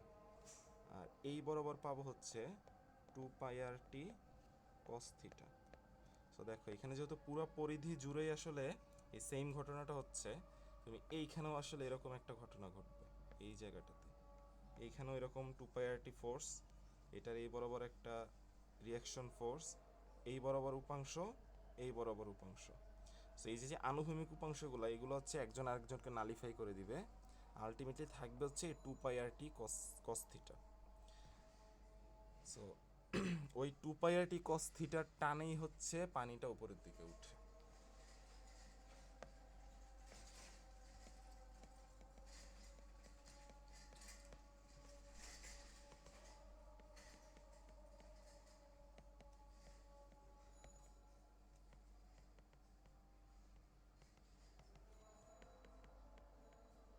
এখন এই থিটার ভ্যালু যদি সরি, থিটা যদি স্থূলকোণ হয়, থিটা স্থূলকোণ হলে যেটা হবে, পুরো জিনিসটা নেগেটিভ হয়ে যাবে, মানে তখন হচ্ছে আসলে পুরো সিনারিওটা উল্টা হয়ে যাবে। যখন এটা অবতল অবতল হবে তখন তো থিটাটা স্থূলকোণ, তো তখন দেখা যায় তরলটা হচ্ছে নিচের দিকে নেমে যায়। নর্মালি তরলটা এই পর্যন্ত আছে, দেখা যাবে কৈশিক নালিকার কৈশিক নলের মধ্যে তরলটা হচ্ছে একটু নিচে আছে, পারদ রাখলে যেটা হবে আর কি।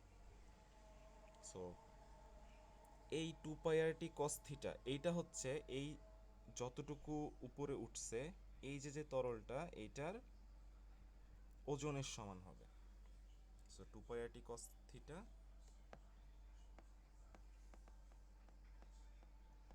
ইকুয়াল টু হচ্ছে তরলের ওজন।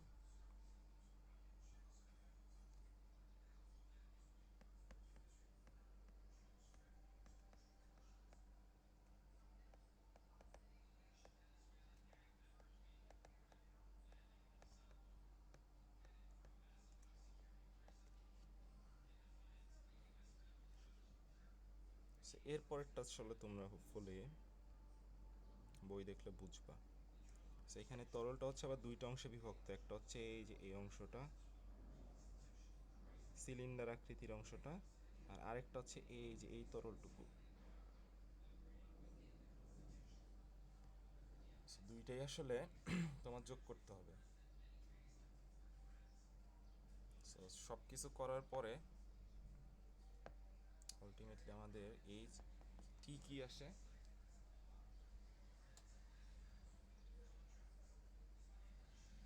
টি হচ্ছে কি ছিল,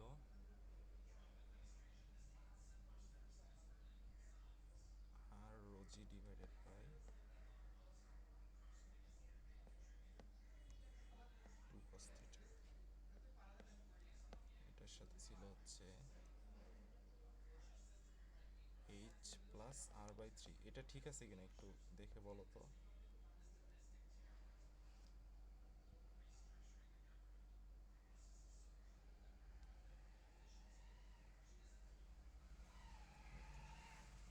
সো দেখবা যে ওইখানে হয়তো মানে যে এখানে এই আর বাই থ্রিকে বাদ দিয়ে দেয়, মানে যেহেতু এইচের তুলনায় আর বাই থ্রিটা খুবই কম হয়, আমরা তো খুবই সরু কৈশিক নল নেই। সো এই এইচের তুলনায় এই আরটা আসলে নেগলিজেবল। তোমরা আসলে এটা বাদ দিতে যাবা না, তোমরা এই ফর্মুলাটাই মনে রাখবা, কিভাবে এটা প্রতিপাদন করে ওইটা দেখে রাখবা, এবং তোমরা এই ফুল ফর্মুলাটা লিখে অ্যান্সার বের করবা। এ বাদ দেওয়ার দরকার নেই, আর বাই থ্রি কেন বাদ দিব। ঠিক আছে, যদি এইচ এর ভ্যালু পজিটিভ আসে তাহলে বুঝতে হবে তরল উপরের দিকে উঠতেছে, উপরে উঠবে। যদি এইচ এর ভ্যালু নেগেটিভ আসে তাহলে বুঝতে হবে তরল হচ্ছে এই লেভেল থেকে নিচে নামবে।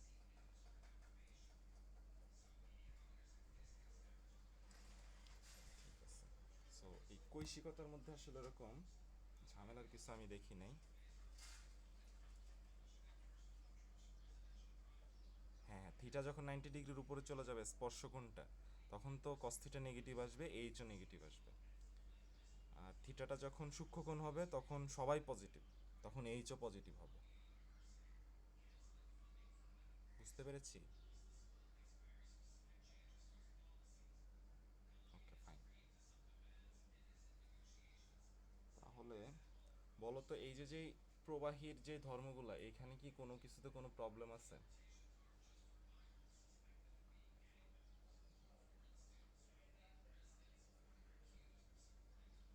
এটা কি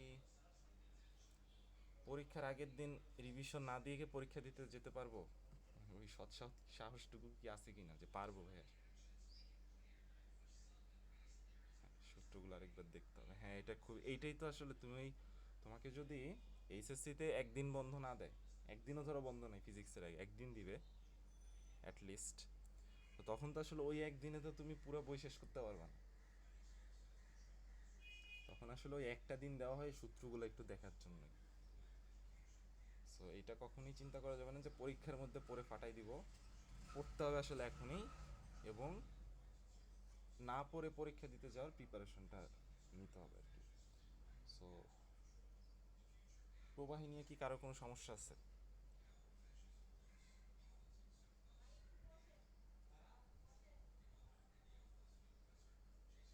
ঠিক আছে, ভেরি গুড।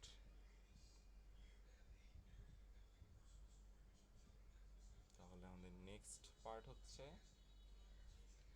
কঠিন পদার্থের যে গাঠনিক ধর্ম সেটা, অর্থাৎ আমাদের ওইখানে আছে হচ্ছে স্থিতিস্থাপকতার গুণাঙ্ক, পীড়ন, বিকৃতি, ইয়ং এর গুণাঙ্ক, পয়সনের অনুপাত, এইসব।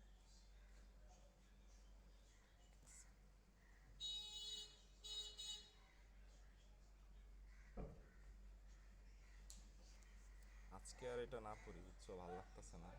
আমরা অফলাইন ক্লাসে এটা, ওই পার্টটা কত আসলে ছোট, ওইটা দ্রুত শেষ করে এরপর আমরা তরঙ্গটা পড়ব পরের দিন।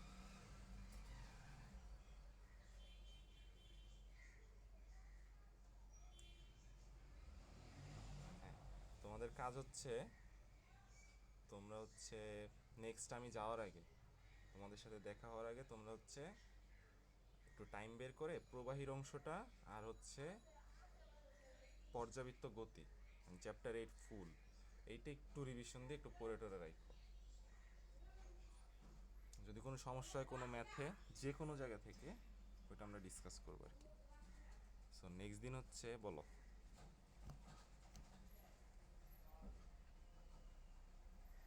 মামা ফোন করে বুয়া ছিল হ্যাঁ খালা, বুয়া ছিল এক মিনিট রুদ্রনী আসছিল তো, আপনার সাথে কি কথা হয়েছে? মানে কাশিম ভাই এটা দাঁড়ান, গাদ্দারি করলো কাশিম ভাই এক মিনিট এক মিনিট, জি বলেন। কইতেছি মানে কাশিম আমাদের ভাই দারোয়ান নাকি হ্যাঁ কি করছে? কি আপনার বলে শুক্রবার আসবে কোন তারপরে ই করছেন আপনাদের আগে বুয়া কি রাখছেন আগের বুয়ার সাথে আপনার কি কথা হয়েছে? কাশিম ভাই কইতেছে দেগা কাম দিয়ে দেওয়া ও কি শুক্রবার আসে না শুক্রবার তো আসবে না। তাহলে তাহলে গাদ্দারি কাশিম ভাই করলো না আমার হাতে হ্যাঁ, কাশিম ভাই আপনার কি বলছে যে ও তো শুক্রবার আসবে হ্যাঁ অনেক কাজ হ্যাঁ হ্যাঁ এরকম? হ্যাঁ আপনারা বলে কইছেন না এরকম আমরা বলি না। না উনি তো শুক্রবার আসে না, আপনি নাকি দিচ্ছেন যে আমি দিছি না কাশিম ভাই আমার কোনো দিন না শুক্রবারে আসে আমি দিয়ে দিতাম না আপনারা বলে কইছেন যে না শুক্রবার না আসলে ভালো না এটি কইছেন এরকম কিছু না এরকম কিছু আমরা বলি নাই। উনি এসে আসছিল দুপুরে, আমি আমার সাথে কথা হয়েছে, উনি বললো যে আপনার সাথে নাকি কথা হয়েছে, আপনার নাকি আমি কথা আমি আমার হাতে কিবা কথা হচ্ছে মানে শুক্রবার আসবো কাশিম ভাই থাকা না কথা হচ্ছে মানে আমার সাথে কোনো ই নেই আচ্ছা আমি বুঝতে পারছি বিষয়টা, মানে আচ্ছা। উনি বলছে যে কাশিম ভাই বলছে, হ্যাঁ, হ্যাঁ, হ্যাঁ। কাকা বলছে যে ও তো শুক্রবার আসবে, হ্যাঁ, তুমি তো শুক্রবার আসবে না, হ্যাঁ, হ্যাঁ। তাহলে ওনারে দিয়ে দাও, তাই তো? হ্যাঁ হ্যাঁ বুঝতে পেরেছি।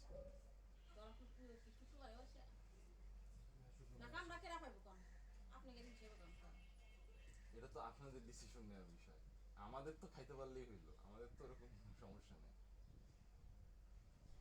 না আমাদের তো দুজনের সাথে ভালো সম্পর্ক, আপনার সাথে তো একদিনে একটা ভালো সম্পর্ক হয়ে গেছে, তো এখন দেখা যাবে যে আপনাদের যে ডিসিশন, আপনারা যে ডিসিশন নেবেন। আমি মামাক তো সিরে দেখেন এই মামাক পেলেন দেখেন আপনাকে আগের বুয়া তো এসে নেন তাহলে আমাকে যার কাম করাই বলছি না জি এখন দারোয়ান আবার হচ্ছে মাসে হচ্ছে ইয়ে করলো বলছি মামার আর কাছে আপনি হচ্ছে দারোয়ানের কথা শুনে আমার জিদ দে বুকটা ফেলে দে আমার তোর কাম আছে বসেন আমি বসেন। কালকে কাম ছেড়ে দিছি হ্যাঁ আপনি এখানে কামের জন্য এখান থেকে এখানে মানে আমি ডেলি তো আসি তাহলে এই কাম ওই দূরের কাম আমি ছেড়ে দিয়ে কাছের কাম দিছি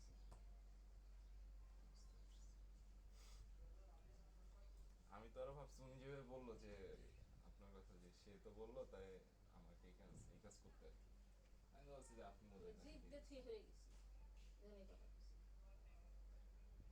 যে সে শুক্রবার আসবে, তাই তো?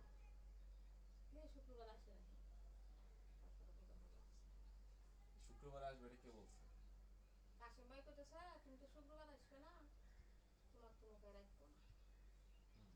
যে বেটি আছে কামে সেই বেটি মানে এ তো মুখে শুক্রবারে আসি আমাকে এই কথাটা বলি তো আমি থুয়ে গেছি যে কিরে আমি কাম নিলাম মামাকেও কয়ে গেলাম মামা কি করবো কামকে আপনি আগের বয়া নিলেন কয় না খালা আগের বয়া আমি তাই বুঝছেন না আমাদের সবারও তো ওই ডিসিশনই ছিল, উনি এসে আরো বললো যে আগে আপনার কথা বললো, সে তো আমার দিয়ে দিচ্ছে। না আমি কিচ্ছু করিনি আমি থুয়ে হেরে গেছি বুঝতে পারছি, মানে আপনি কোনো কমেন্টই করেন না। আর জিদ দিয়ে হেরে গেছি বুঝতে পেরেছি। আমি কাশিম ভাইয়ের হাতে জিদ দিয়ে আমি হেরে গেছি তাহলে সে যদি শুক্রবারে না আসে, আপনি তো আসবেন না, সেও যদি না আসে তাহলে তো মানে এমন তো না যে সে যদি শুক্রবার আসতো তাহলে না বুঝতাম যে হ্যাঁ ওনারা তুমিও তো আসে না আসলে তাহলে আসে আপনি না কি দোষ মামা করছেন? শুনে আমি কই শুক্রবারে প্রতি শুক্রবার আমাকে 80 টাকা কয়তে হয় 160 টাকা, 160 টাকা গাড়ি বাড়ি আসে আর এমনি তো অন্যান্য দিনে 20 টাকা 40 টাকা ওই দিনে তো বেশি কেন? না ওই দিনকে আমার গাড়ি আসে না ও আচ্ছা আপনাদের একটা গাড়ি হ্যাঁ থাকে, বুঝতে পেরেছি। শুক্রবারের দিনে গাড়ি আসে এই জন্য আমাকে চালা তাছাড়া আমার কোনো প্রবলেম নেই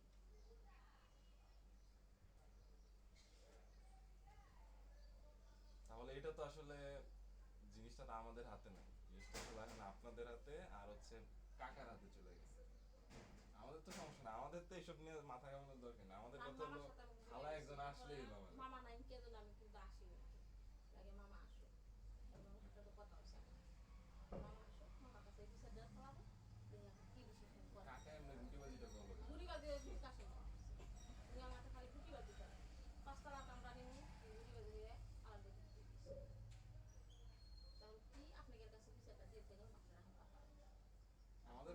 সমস্যা নেই, আপনারা নিজেরা একটা আন্ডারস্ট্যান্ডিং করে বোঝাপড়া করে এরপরে যে আসেন। বোঝাপড়া আমার কোনো ই নেই, তারপর মামা কোসে আমি শোনেন সকালবেলা আমি এসে রান্না দিই, হ্যাঁ হ্যাঁ কোসি না মামা হুম। আপনাকে দুপুরে খাওয়া আমি তো জানি, আমার তো পেট আছে। বুঝতে পারছি। মামা কাছে 11টার সময় কোনো দিন 11টার সময় হবো না, সকালে গ্যাস থাকে আমি এসে 7টার সময় এসে রেডি দিতে যাবো। মামা কাছে আচ্ছা, তারপরে দেখে নাকি আমরা করে খাওয়াতে 10টা। তো দেখেন আপনি শুক্রবার যদি সে না আসে তখন তো আপনার একটা বলার মতো কিছু একটা থাকবে, তখন আপনি একটা ডিসিশন নেন, আমাদের তো সমস্যা না, আমাদের আপনি আর আমার যে একটা একজন ব্যাপার হইলেই আমি হইলো। কাশিম ভাই জানে যে আমি হুকার কামটা আমি দিলাম ছেড়ে, আমি আর এক বুয়া দিয়ে দিছি, আমি ওই কামটা নিতে যাবো তখন ঠিকই তো আছে, হ্যাঁ হেও জানে বিপদে পড়ে গেছেন। বিপদে করে দিচ্ছি না তাকে। এবার আমার কাম নাই ঠিক আছে, এটা এখানে আর ওই যে মোড়ে আছে একটা, আমি ওই কামটা দিয়ে ওই কামের আশা ছেড়ে। দেখেন খালা আপনারা তাহলে একটা ডিসিশন ইয়ে করে আলোচনা করে যে রাজি, এখন যে ডিসিশন আসতে কি চান। আমি করি, ডিসিশন কি হলো আপনারা ফোন করে ফ্যাট না হলে দেন, যেন আমাদের খালা আছে আমি খালা আমার এইটুকুটি ছেলে এখানে করা নেই দেখে আসে। এটা তো তাহলে আপনাদের আগে ডিসকাস করে ডিসিশনটা নিতে হবে যে আমি থাকতেছি, হ্যাঁ নাহলে আমি তো আবার আছি। উনি আবার ওই যে যে আগের জন যে, সে তো আবার আমাদের উপর মাইন্ড করবে। কি মেন করবো কে? মাইন্ড করবে না কে? যে আমরা কেন তার বাদ দিয়ে দিতেছি। তুই তো আসিস আপনার না আগে কে? বইসা আমি ডিসিশনটা বলছি, নেন, আর বকো না কোনা এই কাকার সাথে বইসা, কাকারে নিয়ে মাছ কাকা খালি আমার হাতে খালি ই হিরে করে গাদ্দারি হিরে করে, হ্যাঁ 5 টাকার কামটা আমি নিব, হ্যাঁ 5 টাকার কামটা হাসি দিয়ে দিছে হাসিকে আছে আরেকজন আবার। সুন্দর করে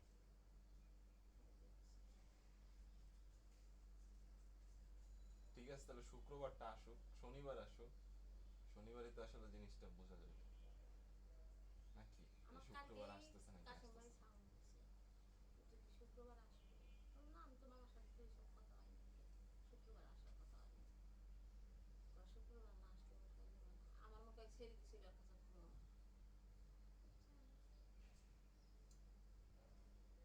আপনি এর কি ডিসিশন? আমাদের তো কোনো ডিসিশন নাই আসলে, আমাদের একজন মামার হইলেই কি হলো। মাথার মধ্যে কি বুদ্ধি? আচ্ছা আমি হচ্ছে ইয়ে করে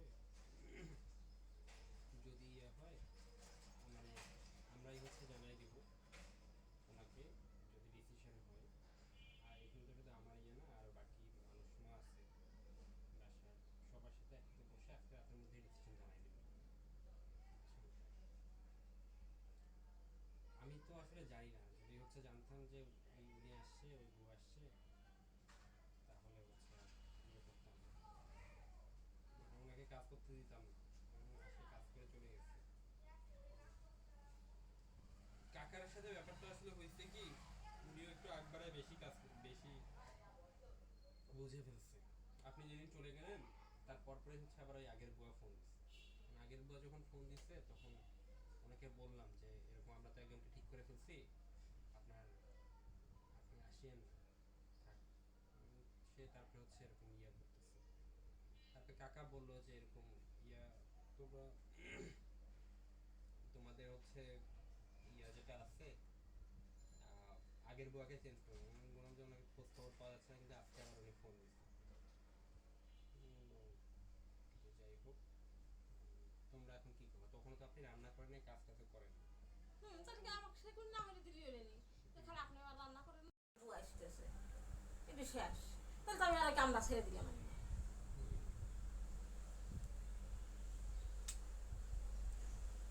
ঠিক আছে সমস্যা নেই, আপনি হচ্ছে ইয়ে আপনার ফোন নাম্বারটা দিয়ে যান, আমি হচ্ছে আপনাকে কল